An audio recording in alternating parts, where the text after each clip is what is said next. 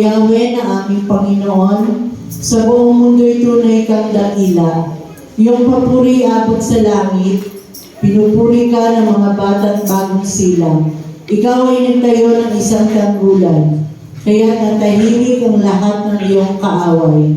Pinagmasdan ko ang langit na gawa ng iyong kamay, pati ang buwan at mga bituin na iyong inilagay. Awitin po natin ang For the Beauty of the Earth.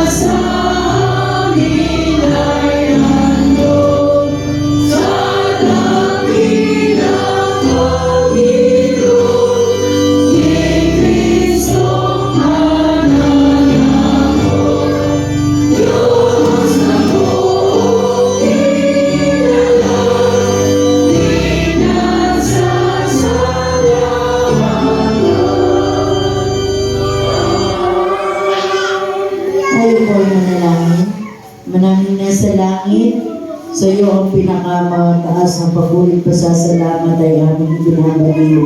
Sa umaga pong ito, nagpapasalamat kami sa iyong mga anak na narito sa loob ng iyong bahay sambahan. Patuloy ka namin mapapulihan at mapasalamatan. Ikaw ang maitaas sa sandaling ito, Panginoon.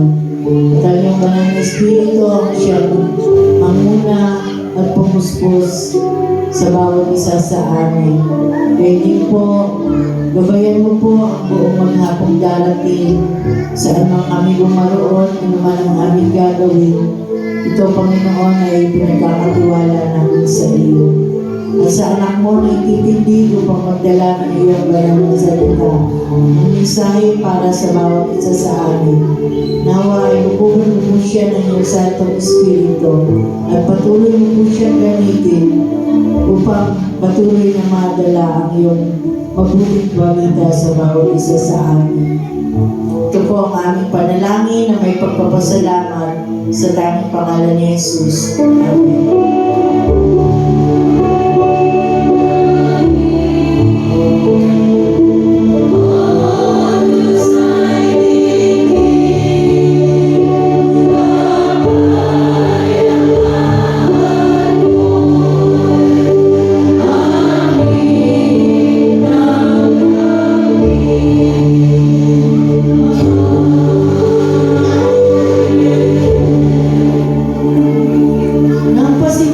Ay nilikha ng Diyos ang langit at ang lupa. Ang lupa ay walang hugis o anyo. Dilim ang bumabalot sa kalaliman at tumitigos ang Espiritu ng Diyos sa ibabaw ng tubig. Nilikha ng Diyos ang langit at lupa at ang lahat ng bagay na naroon. Pinapos niya likhain ang lahat ng ito sa loob ng 6 na araw at siya ay pahinga sa ikapitong araw. Pinagpala niya ang ikapitong araw at itinuring itong banal, sapagkat sa araw na ito, siya ay pahinga. Matapos likhain ang lahat, ganito ang pagkarika sa langit at sa lupa.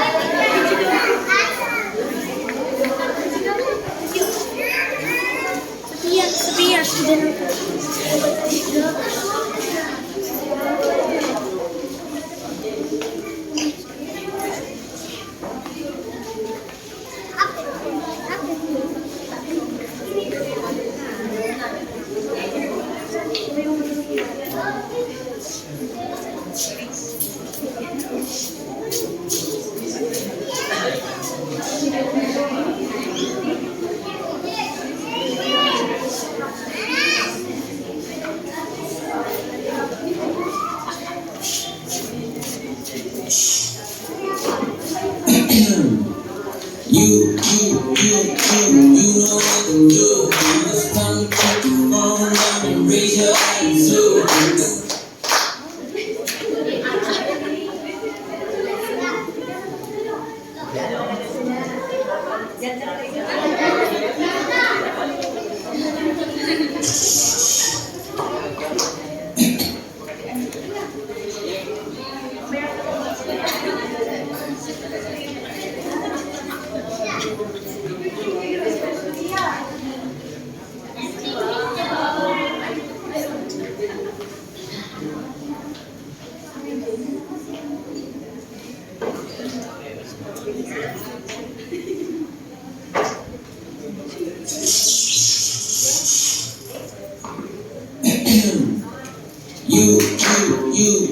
You know what to do. It's time to put the phone down and raise your attitude. The God who made the birds see the sun and the moon isn't somewhere far away. He's standing in the room, so let it scream, let it shout, let him know what you're about. Keep it moving and grooving, don't leave a single doubt. But today is the day that the Lord has created. Why would I sit around and wait? Let's have a celebration. It's time to clap our hands and stomp our feet. Let's have a celebration. And we believe that Jesus set you free. It's time to celebrate.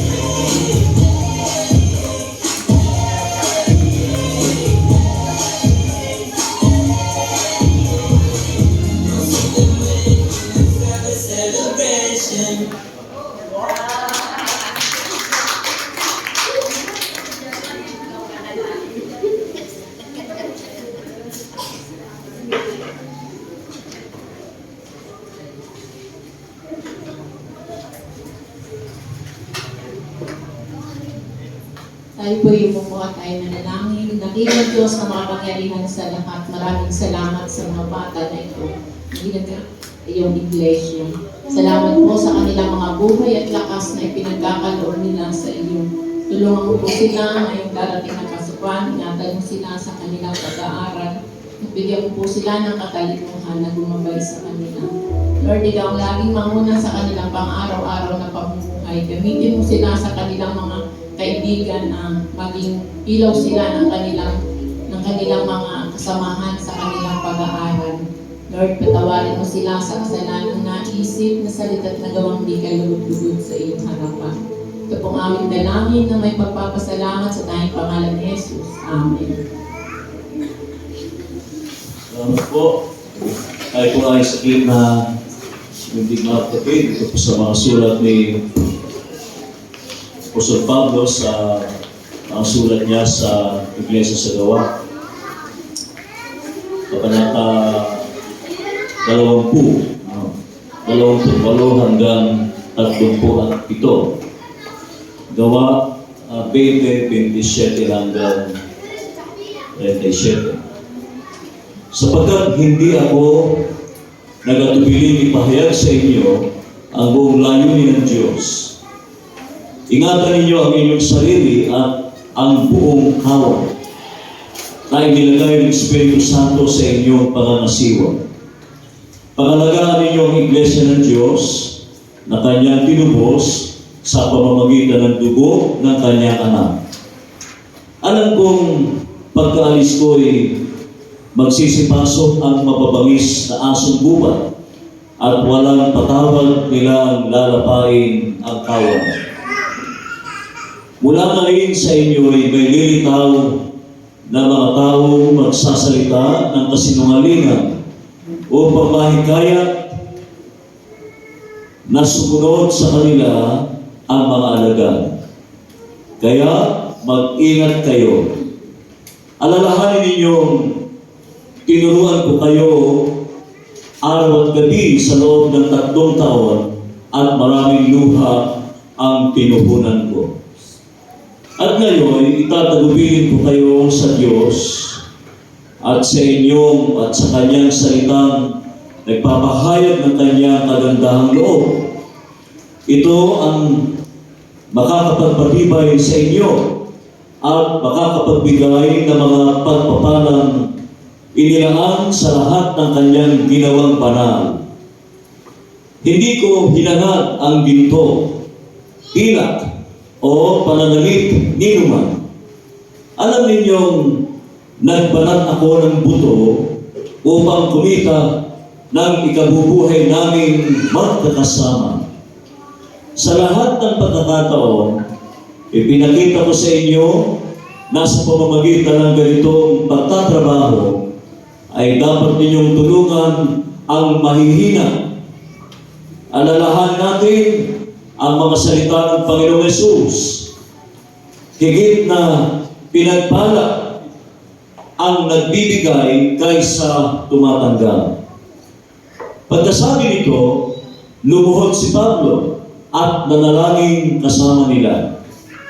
Sila lahat ay umiiyak na yumakap at humalik kay Pablo. Labis nilang ikinalungkot ang kanyang sinabing siya'y hindi na nila muling makikita at siya'y inihatid nila sa barko. Ang mabuting balita ng ating Panginoon. Amen. Oh,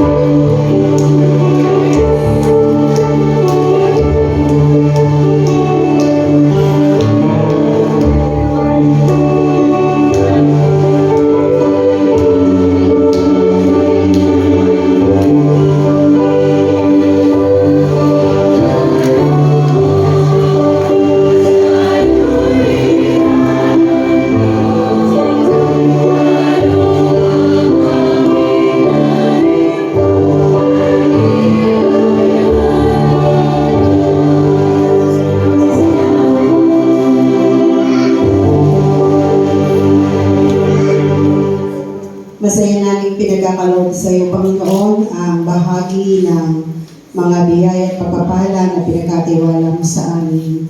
Salamat sapagkat patuloy mo tinutugon ang aming mga pangangailangan at kami ay masayang nagbibigay ng para sa iyo, O Diyos. Naway kasangkapanin mo ito upang maging daan ng kalalago ng iyong iglesia, ng iyong misyon sa lugar nito. Pagpalain mo po ang mga kamay, ang mga puso ng iyong mga anak na masayang naghandog at nagkaloob. Ito ang aming panalangin sa pangalan ni Jesus. Amen.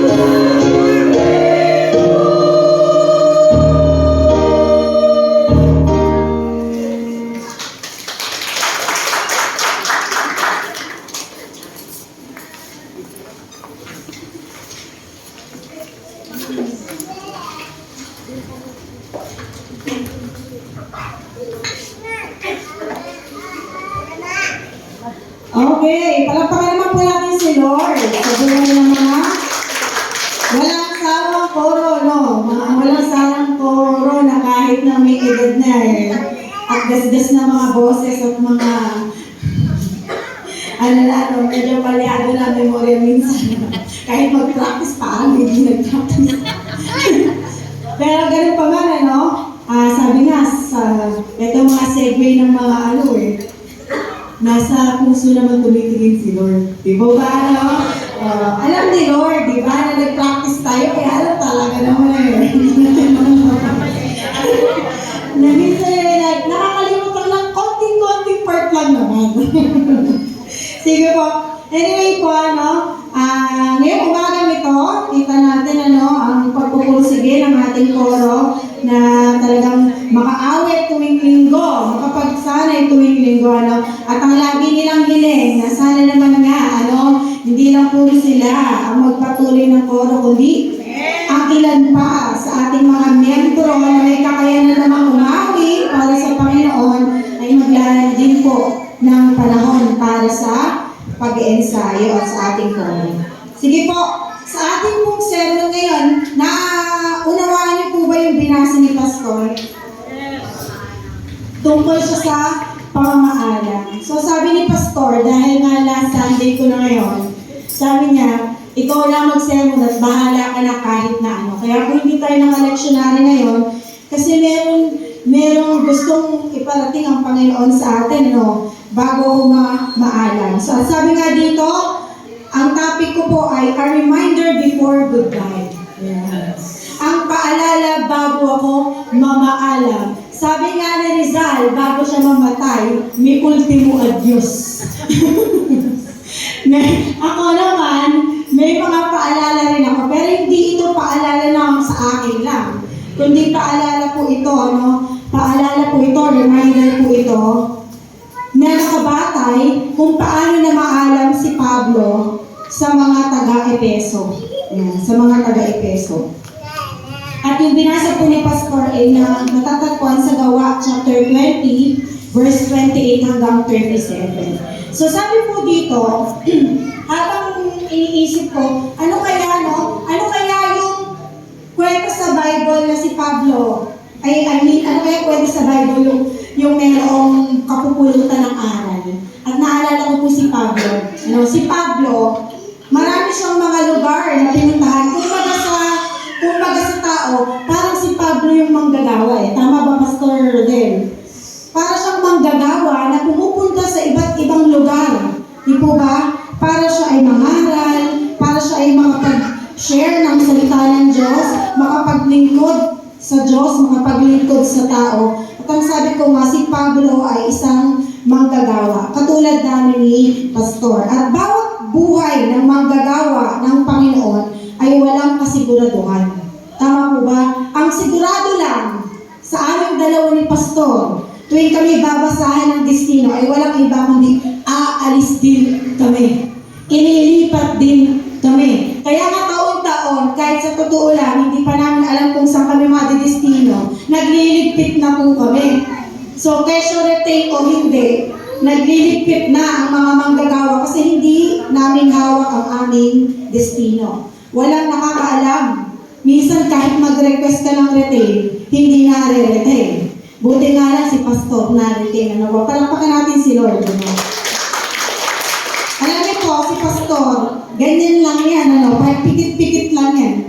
Pero sabi niya nga, talagang yung totoo po ay totoo. Gusto ni Pastor mag-stay sa inaon. Yan, palakpakan niyo naman po yung mga sarili niyo. Kaya mahal niyo po si Pastor. Talagang ang request niya kay D.S. Marisa, mag-stay. Gusto niya pa dito, manatili. So, bawat buhay ng manggagawa, wala kaming kasiguraduhan. Pagdating sa destino, hindi kami pwedeng pumili. Pagdating sa lugar, hindi kami pwedeng pumili. Pag dinala kami sa kabundukan, wala kaming magagawa. Kundi oo. Sabi nga sa kanta, yes Lord, yes Lord, yes, yes Lord. Kung mayroon mang applicable sa buhay namin na kanta ng Christian, yun po yun. O kaya, here I am, send me. Here I am, send me. Ganun po ang buhay namin. Kahit saan lupalog kami dalhin, kahit saan anong mangyari sa amin, bahala na si Lord sa amin. Taon definite na destino, pero ang definite lang, aalis kami, at ang definite lang ay, umalis man kami, alam namin na mayroong kaming alaala at aral na naiwan sa inyo. Whether positive, whether negative, di po ba? Dahil minsan may mga manggagawa tayong positively may effect or negatively may effect sa church. So, kahit anumang dalawang bagay na yon, alam namin na meron kaming alaala at aral na naiwan sa iyo, yun yung definite. Mas definite kaysa pa sa mga destino namin. So, sa ating pong teksto, si Pablo ay namaalam sa mga elders ng Efeso. Kung babasahin po natin yung buong kwento, makikita natin doon, malinaw na meron silang pinagsamahan. Tama po ba? Kung unawaan yung mabuti. Makikita natin, may pinagsamahan si Pablo at yung mga taga-Efeso. Kaya nga doon, may paalala pa Meron pang payo, meron pang huling habilin si Pablo. Kasi kung hindi mabuti pinagsamahan nila, aalis na lang ng pusa din si Pablo, wala na siyang pakit kahit anong gawin niyo. Tama po ba? Minsan may mga ganun, bigla na lang iiwan ng destino.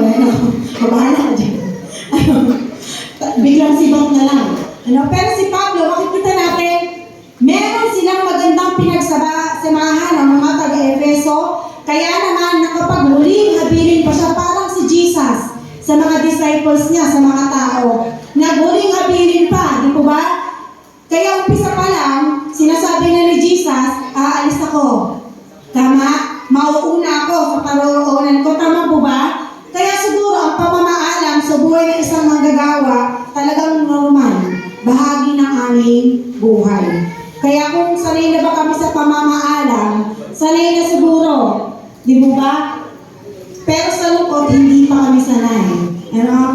So, pero anyway, talagang wala kaming magagawa. So, doon sa kwento, makikita natin si Pablo at ang Efeso ay may pinagsamahan. Dahil sa tatlo pa naman na taon na inilagay ni Pablo doon, ay malamang marami silang alaala ng magkasama.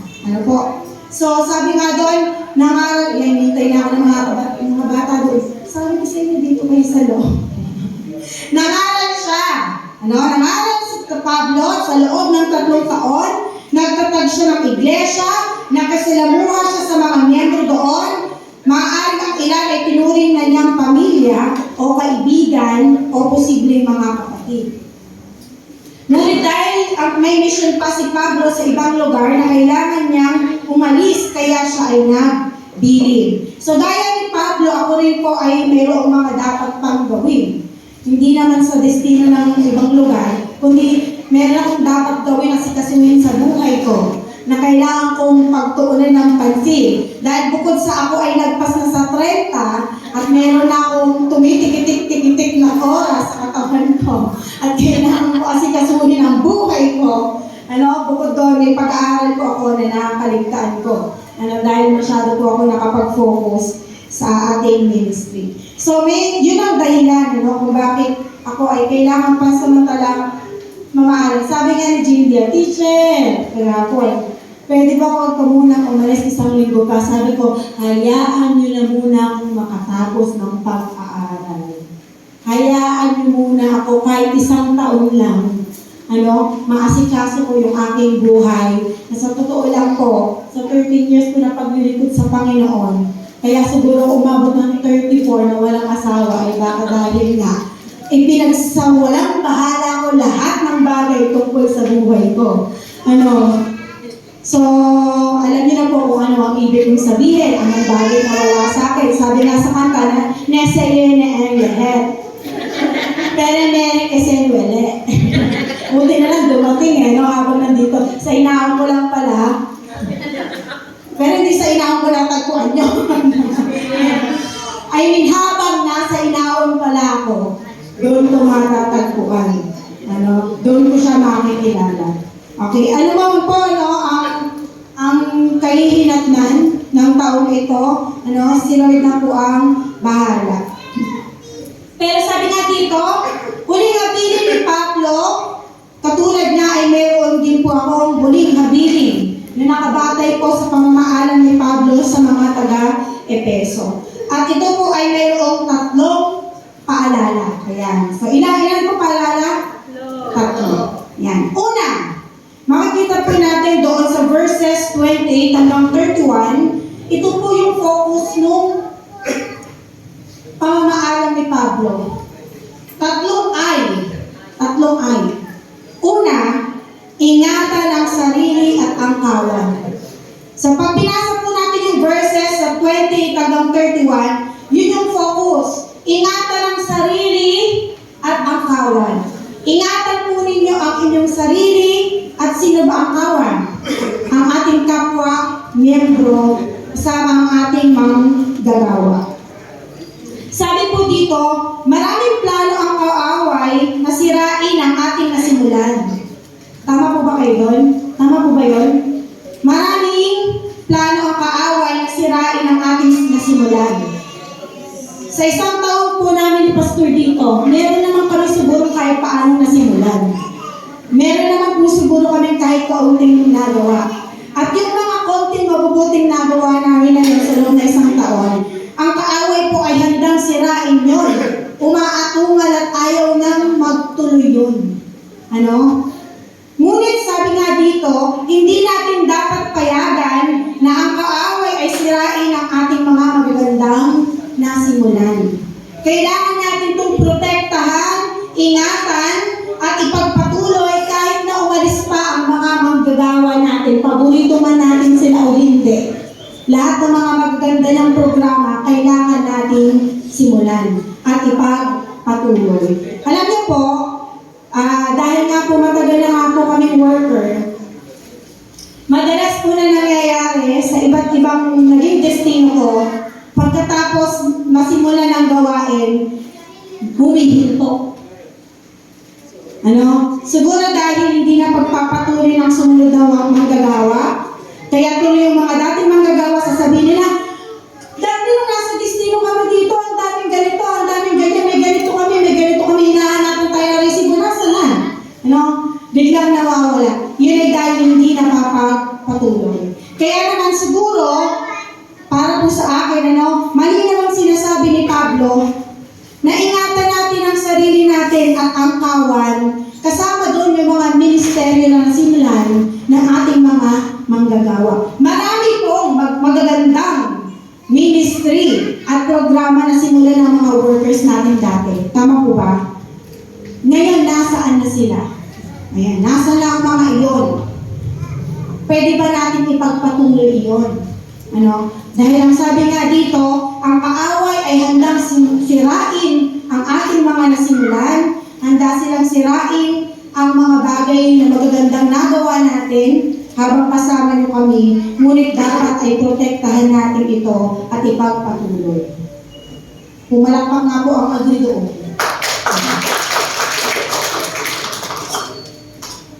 Ano po yung mga gawain natin? Ang maiiwan ko po, dahil nga huling habilin lang po na kayo.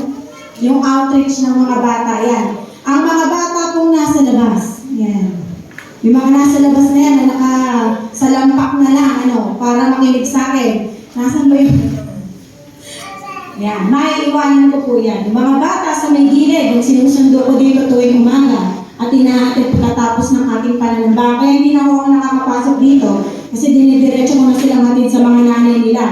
Dahil ayaw natin masira na, kinuha natin sila, tapos hindi natin sila isinole. So may mga bata po tayo dito sa may gilid, na sinusundo ko yan, tuwing umaga ng tuwing outreach, hinahatid sundo, Sabado, tas Linggo, hinahatid sundo ko rin po yun, para makapagsimba. So, ingatan po natin yun. 6 na bata po yun. Sa pasukan, magiging 8 yun kasi may 2 lalaki pa, nasa bakasyon. Ano po? So, 8 bata po yun. So, yung kids ministry natin, ayan, alam ko lang kung marunong naman tayo magturo ng bata. Ayan, habilin ko po yan sa inyo. At syempre, ang ating choir. Huwag po natin niyang pababayaan. So, una, ingatan ang sarili at ang kawan, kasama ang mga ministeryo ng iglesia. At ang pangalawa po, sa verses 32 hanggang 35, malinaw doon na sinasabi ang pag-iingat. Ano? Ingatan ang aral at gawing inspirasyon. Ayan. Ingatan ang aral at gawing inspirasyon. Sa bawat manggagawa ay naging inspirasyon. At ang ilan, hindi ko naman masabing expiration. Kaya may sinabi ko na lang dito.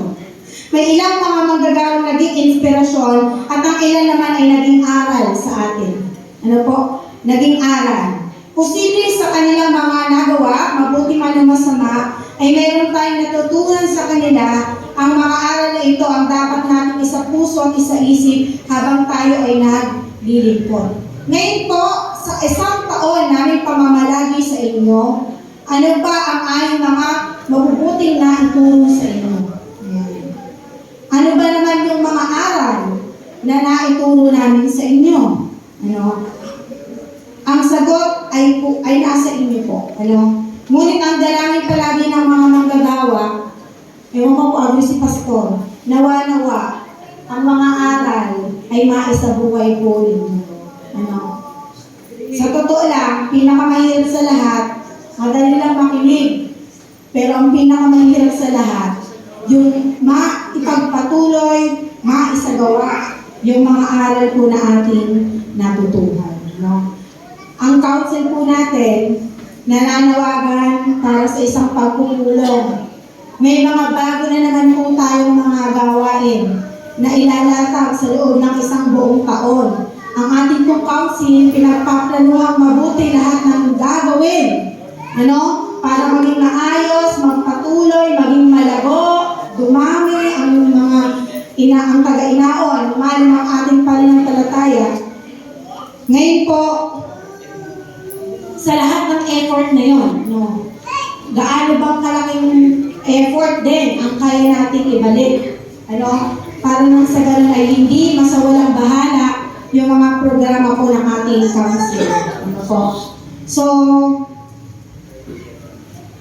mayroon kaming aral na naiwan sa inyo at nawa ay may sa buhay po natin ito.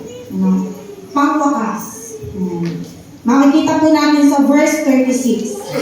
Ingatan ang pinagsamahan. Ang una, ingatan ang tawad at ang pangalawa, ingatan ang aral at gawing inspirasyon. At ang pangatlo, ingatan ang pinagsamahan. Madalas po sa mga manggagawa na lumilipat o di kaya ay manggagawa na nawawala, nakikita natin sila sa mga gawain ng iglesia. At ang madalas na response, sigurado po ako ang ilan sa inyo na-experience to. It's either magpansinan o magkalimutan. Tama po ba? Malayo pa lang. Ayun. Tataguan mo na. Alin lang yan? Dali lang sa dalawa. Malayo pa lang, tataguan mo na. O malayo pa lang, kakawayan mo na. Alin sa dalawa. No? Alam ko po personally, yung iba sa atin na-experience yun. Pero sabi nga dito sa verse 36, at ito po ang tinutulong sa atin ni Pablo, ingatan ang pinagsamahan. Ang ating pong mga manggagawa, may mabuti man o walang mabuti man na ginawa po sa iglesia. Pasakit man o inspirasyon man ang kanyang naidulong sa iglesia, nawa po ay ingatan natin ang pinagsamahan. Mayroon pa rin po kayong pinagsamahan. Kahit na ang manggagawa, minsan may palya, ang manggagawa po natin, nakasama niyo pa rin yan sa hirap at sa ginhawa, ano man ang estado ng inyong iglesia. Tama po ba? Kaya naman, bilang pag-iingat ng ating mga pinagsamahan, ano man yung pinagsamahan na mayroon tayo, nawa yung ating pinagsamahan na yung kahit na malayo, magkakawayan tayo.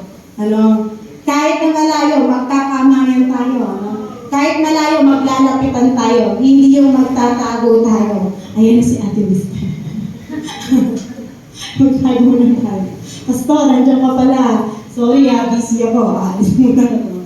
Yung parang nag-iiwasan. So, bilang manggagawa, mahirap maghiwa-hiwalay. wala namang magagawang gustong maghiwalay. Kaya lang may mga pagkakataon na kailangan unahin muna, isagawa muna. At minsan naman, katulad ni Pastor, walang magawa. Talagang yun eh. Siguro kung si Pastor malipat ngayon taon, yung si Pastor. Kasi ayaw niyang malipat gusto niya. Totoo po yun. Palakpakan niya naman si Lord kay Pastor. Totoo po yun. Gusto ni Pastor manatili dito. Kung gaano po tayo minamahal ni Pastor, kung gaano po tayo minamahal ni Pastor, ngayon po, mag-isa na lang po si Pastor, wala na siyang katandem, tulungan po natin siya. Yun po yung aking personal na habilin. Bukod sa tatlong habilin ni Pablo, yung panghuli, ay parang ikaw ba sermon, Pastor? Sabi ni Pastor, pag ako yung na-topic ko. Pero yun po, hindi lang tatlong bagay ang iniwan ni Pablo. Ako po, may isa pang inihahabilin sa inyo. Ayan, tulungan natin si Pastor. Mag-isa na lang po siya. Nagulat na po ako nung nagbasahan kasi naka-live po ako. Sabi ko, ay, bakit talang kasama si Pastor? Sa tingin ko po, malaki kasi ang kakulangan, hindi tita. Malaki ang tiwala ng distrito na kayang-kaya ng tinaon, na kahit walang manggagawang babae, makapagpapatuloy po kayo. Marami tayong workers dito, yan di ba, mga dating workers, di po ba? Pero bukod sana sa kanila, yung ilan pa sa ating mga miyembro ay talagang makatulong. Mag-isa na lang po si Pastor, ala na po ako, Sana po ay may pagpatuloy pa rin natin yung mga gawain yon. At naniniwala po ako na ang Panginoon natin hindi nagbabago noon, ngayon, at magpakailanman. Naniniwala po ba kayo doon? Diba? Ang ating Diyos na nakilala, ang pagmamahal niya, ang biyaya niya, ang pagsama niya, sa lahat ng anong panahon pa, same at same lang po, hindi siya nagbabago. Muli po, ito po ang mensahe ng Panginoon sa atin. Ingatan ang sarili at ang kawal. Ingatan ang aral at gawing inspirasyon. At ang huli, ingatan po ang pinagsamahan. Dahil po tayong lahat na naririto sa Iglesia ng Inaon, iisa lang po tayo ng layunin at iisa lang tayo ng Diyos na pinaglilikuran. At panghawakan po natin yun. Nadadating din ang pagkakataon, magkikita-kita po tayo muli. Hindi natin malay niya, mabalik ako. Di po ba, makikita-kita po tayo muli. At nawa ay magagandang balita ang marinig ko mula sa iglesyang ito. Mas lalo pa kayong dumami, mas lalo pa kayong lumalim ang inyong mga pananampalataya. Pinupuri ko po ang Panginoon sa isang taong po pamamalagi dito at sa lahat ng ating mga pinagsamahan at lahat ng ating mga natutunan sa isa't isa. Yun lamang po ang mensahe natin, Panginoon, sa ngayon ng Ama, ng Anak, at ang Banal na Espiritu. Amen.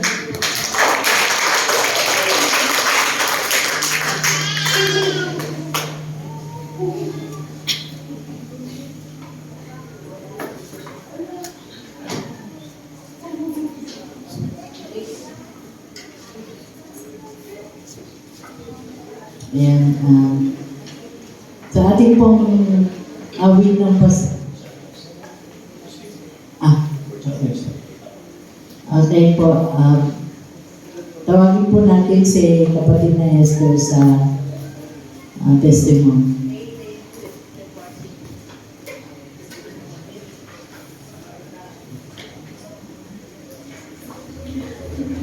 Magandang umaga po sa ating lahat. Ayon sa sinabi ng ating Diakonesa, hihintayin po namin ang invitasyon na to whisper. Ngayon pala mo sisimulan na kami mag-ipon, para pag dumating ang invitasyon ay makarating kami. At isa pa rin po, kunin ko na rin ang pagkakataon ito doon sa sinabi niya kanina na ang koro natin, kung mapapansin niyo po talaga, di naman na ganyan ang boses namin ng bata pa kami. Wala sa amin yung matataas na tono na yan. noong panahon namin. No, magaganda ang mga boses namin noon. Kaya lang, sabi niya, paglipas ng mga araw, lumilipas din yung ganda ng boses. Kaya yung mga may boses sa kasalukuyan, bigyan natin kay Lord yung boses natin. No? Awitan natin siya. Sabi niya ay, bagamat alam ni Lord na kumakanta tayo mula sa ating mga puso, sa mga nakikinig, maganda yung kumakanta na mula sa puso, maganda pa rin sa pandinig. Ayan, kaya hinahamon ko po ang mga kabataan, ako hindi nakikinig o nagdadaldalan sila. Hello? Hello? Nakikinig daw, sabi nila. Ayan, hinahamon po natin ang mga youth natin na ipagkaloob natin o gamitin natin ang ating boses para sa ating Panginoon. At makikita natin ang, sabi nga, sa paglilingkod sa Panginoon, totoo po yun. Sa paglilingkod sa Panginoon ay merong ligayang hindi mo maipapaliwanag. No, di ba mga tambourine dancers, pag nagsasayaw kayo para sa Panginoon, nararamdaman niyo yung kakaibang saya. So, ibig sabihin, sa pag-awit din, ay mararamdaman natin yung kakaibang saya. Ayan, yun lang po ay dugtong na sinabi natin, Mister. Pero ito po ang dahilan kung bakit ako tumayo. Dahil nung nakaraang konferensya po, hindi po talaga ako ang delegator, kundi si kapatid Diana. Pinalitan ko lamang po siya dahil sa kanyang sariling kadahilanan. Nung pong konferensya, siyempre kinakabahan po ako dahil first time. Lahat ng first time naman nakakakaba, di ba? Kinakabahan ako dahil yan ay pagtitipon ng mga delegado, mga manggagawa dito sa Bulpa, no? Kaya medyo may kaba sa dibdib ko. Bagamat nung panahon ako'y nagtuturo, madalas naman kami talagang nagmi-meeting at madalas na nagseseminar. Iba ang isip ko kasi sa batay dun sa mga naririnig ko. Sabi nila, kaya kinakabahan ako nung pumunta doon ay, nako Eka, may mga pag-uusapan doon, boboto ka. Ang naisip ko kaagad ay, ano yung kamalayan ko doon sa mga pag-uusapan doon? At paano kaya ako boboto? Hindi ko naman kabisado at hindi ko naman alam ang maraming bagay tungkol doon sa mga pag-uusapan. No? Kaya nung ano na ako, tumipas ng 3 araw, sabi ko, ganun lang pala. So yung nervous ko, yung takot ko noon ay nawala kasi nga ay yung inaasahan ko kasi hindi yan ang nakita ko doon. Ang inaasahan ko nga kasi ay maraming mga suliranin sa kabuuan ng iglesia, sa samahan ng Metodista na pag-uusapan. Hindi naman po pala ganon. Sabi naman nila, nung naikukuwento ko, hindi ka ako gano'n ang expectation ko doon sa conference. Sabi naman yung nakarinig sa akin, nagkataon lang Eka, nasa pagdalo mo, marami ng mga suliranin na nagbigyan ng solusyon. Kaya wala nang maraming pinag-usapan. Pero yung nagbobotohan, totoo po yun na marami, na mayroong gano'n. Ayan. Ito po ang ilan sa mga impormasyon na natandaan ko.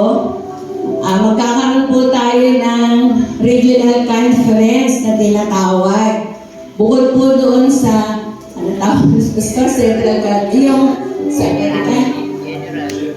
General Conference, magkakaroon na po tayo ng regional conference. Yung pong regional, yun po yung sinatawag natin na Central Conference. Magiging tawag ngayon ay Regional Conference, na doon po pag-uusapan ng ilan sa mga disiplina ng ating Iglesia Metodista para hindi po tayo, para po tayo ay mahiwalay ay sa tinatawag nating General Conference. Ibig sabihin, may mga usapin sa General Conference na o may mga pinapatakaran, pinasusunod nun na aaralin sa Regional Conference para tayo ay makapagsarili bilang isang konferensya. No? Okay, yun po yung isa. Doon po nagkaroon ng maraming botohan at matagal na botohan kung sino ang mga laiko at mga manggagawa na dadalhin o magiging representative sa regional conference na yon. Okay, then, isa pong natatak sa isip ko ay yung tulong para sa mga manggagawa natin.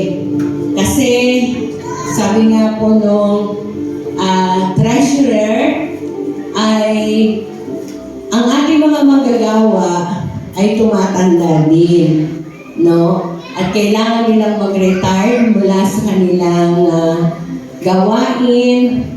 Parang teacher lang yung nag-retire. Sila din po ay mayroong taon o bilang ng taon nila, no, na kailangan na nilang mag-retire. Ngayon po, ang pakiusap ay sana daw po ay maibigay natin. Meron po, matagal na po ito na sinasabi at sa ibang mga iglesia ay ginagawa at ipinatutupad yung pong ang bawat isang lehitimong kaalib na iglesia ay magbibigay ng share na 150 bawat isa, bawat taon. Alam niyo po, yung ipinakitang larawan doon ay alam niyo naman pag pension, ang pension ay hindi lang minsan ibinibigay. Ito po ay buwalang tatanggapin ng mga manggagawang nagre-retiro. Kaya nga po ipinatatanong sa atin yung sitwasyon na kapag hindi nagbigay ang mga kaanib ng bahagi na natin saan sila kukuha ng ibibigay na pensyon sa mga manggagawa. Opo.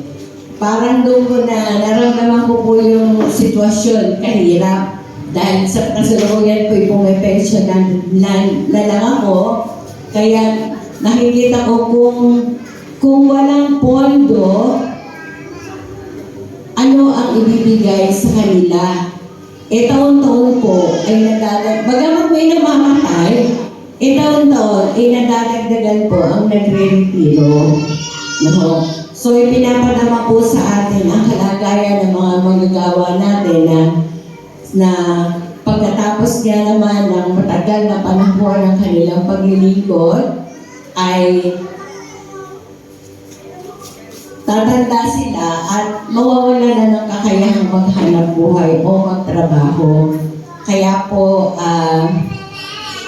kailangan sila'y tumanggap ng tinatawag nating pensyon. Bagamat hindi kalakihan ng pensyon, totoo po na sinabing, siguro hindi kasi laki ng pensyon namin, ang pensyon nila, ano pa rin yun yun pa rin ang magiging kabuhayan nila. Kaya ipinadadama po sa atin. May bahagi po sila doon sa tinatawag na yung pension. Para lang din kami noon. Nag-uhulog kami nung part namin, dadagdagan niya ng DepEd para lumaki yung aming pension. So sila din po ay may part doon sa pension. Nagbabayad din sila buwan-buwan. Ang hinihiling lang po ay magbigay din tayo ng part natin. No? Yun po ay bahagi ng pagpapakita ng pagmamahal natin sa ating mga manggagawa. 7% daw po ang sa church at 3% naman para sa manggagawa. Yun po yung napupunta sa pension. Meron po isa pa hindi ko na masyadong nalinawan. Meron pa palang 35 pesos. Hindi ko lang masyadong nalinawan yun. siguro po sa adjourn, tatanong ko ulit. Pero yung 150 talaga po malinaw sa akin na at doon ko naramdaman yung pangangailangan. Kasi ang sabi nga po nung treasurer, marami na namang magre-retiro. Marami na namang matatandang pastor. No?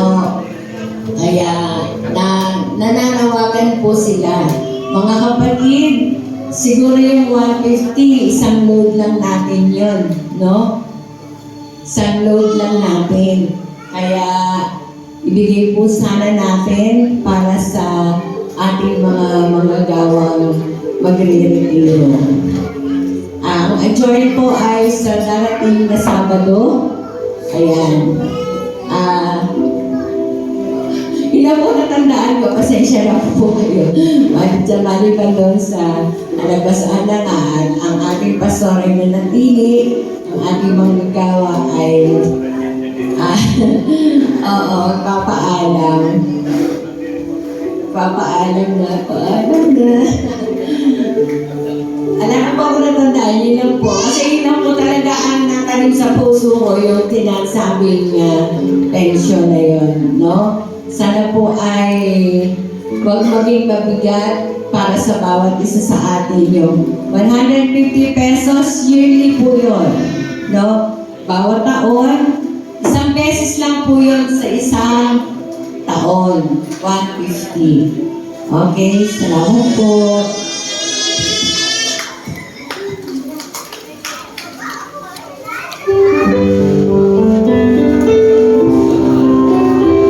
Awin mo ng pasasalamat at pagtatalaga.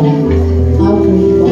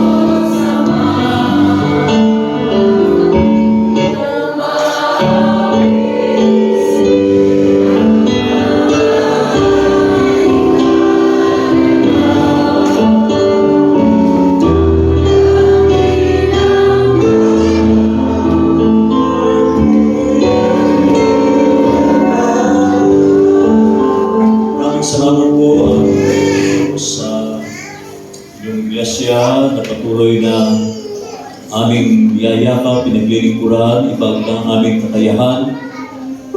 Ito ang siyang nakakaalam nito at ginagawa namin ito ng buong puso, buong kaya.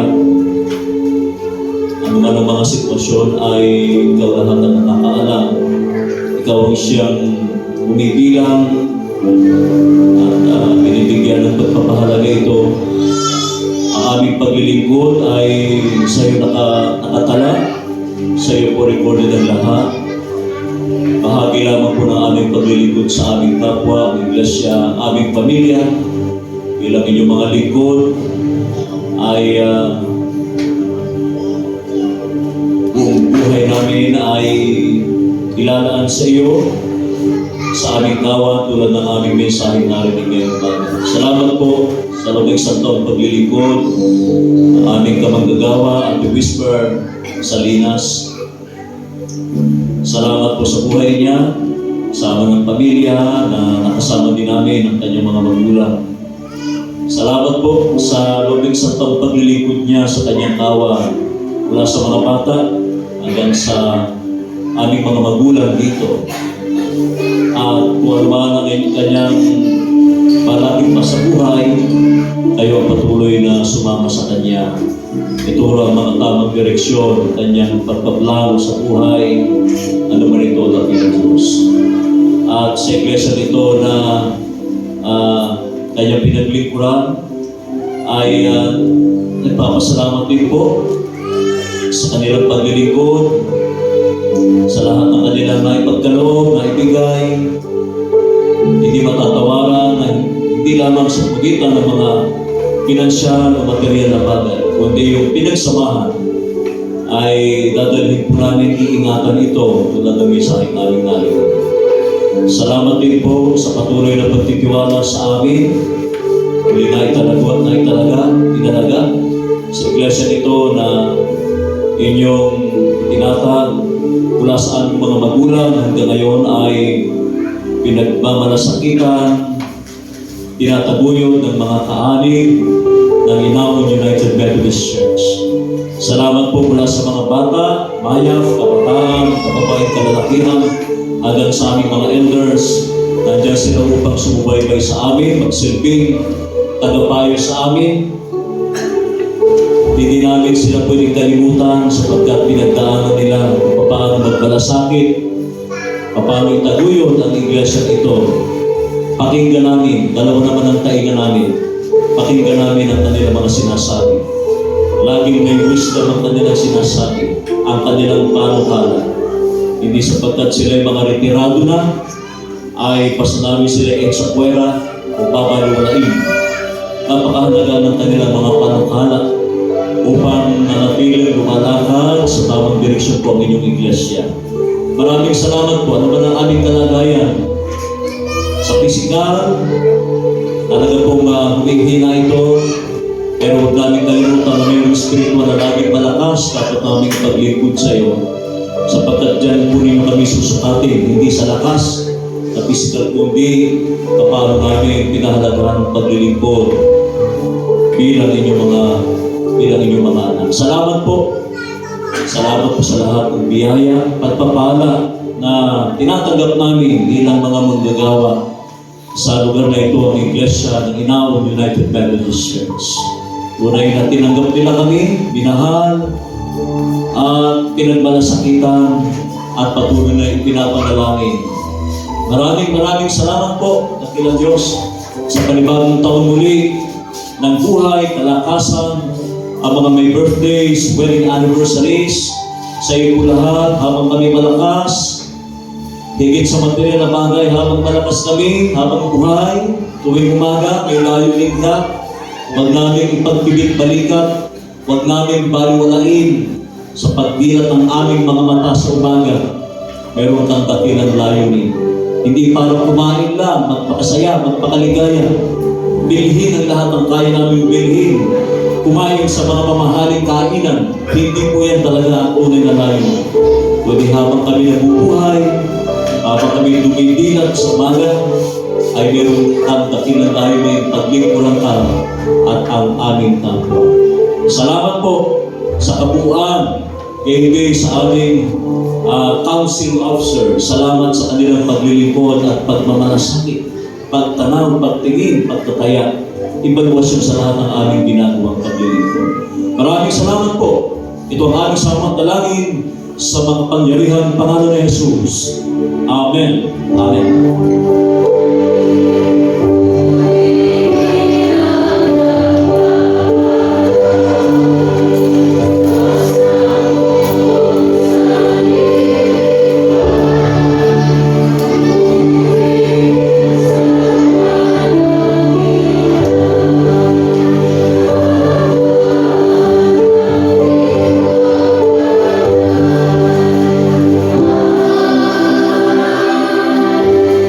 Sa ating mahabaging Ama, patuloy natin tanggapin ang masaganang biyaya ng paglilingkod, ang patuloy na agabot sa atin ng ating Panginoon Kristo na may kagalakan sa paglilingkod sa pagitan ng kanyang Banal Espiritu Santo ang laging isa puso nating lahat mula ngayon at magpakailanman. Amen.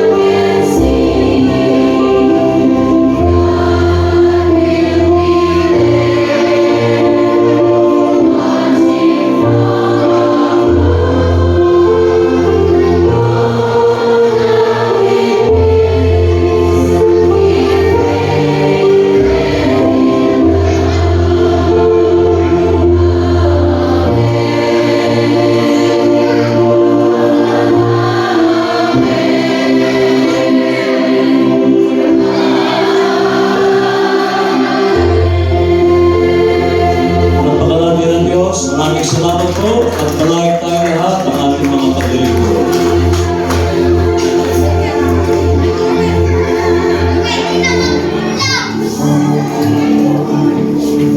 Hello, wala po muna uuwi, wala po na lalabas. Gagawin po muna natin ang pagkilala doon sa isang taon ng paglilingkod ni Ate Whisper sa ating iglesia. So, ito po ay hindi man sulit dahil masasabi natin bitin ng isang taon para sa pagsasamahan. At ito yung panahon na sinasabing may panahon ng paghiwalay o pagpapaalaman. So, malungkot tayo kasi aalis siya, pero sa isang banda ay masaya tayo kasi may ibang bahagi ng kanyang buhay na kanyang kailangang pagtuunan. Before po mag-church conference, ay nag-usap po kami ni Ate Whisper bilang PPR at yun po yung